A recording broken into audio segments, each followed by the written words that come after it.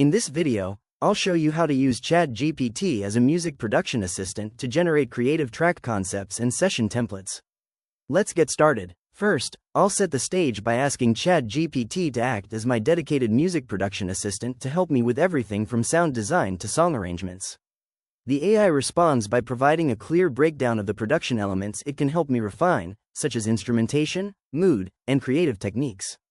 It even offers to suggest specific chord progressions and mixing ideas to keep the creative momentum going.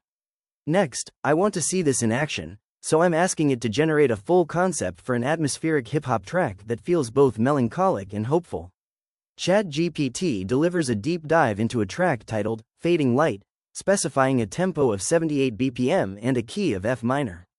It breaks down the entire song structure from the intro to the final hook, suggesting specific layers like felt pianos and a unique, memory echo effect to make the production stand out. Finally, to keep my future projects organized, I'm asking for a professional session planning template that I can use every time I start a new song. The AI generates a detailed 12-point planner including fields for BPM, reference tracks, and even a section for experimental creative risks.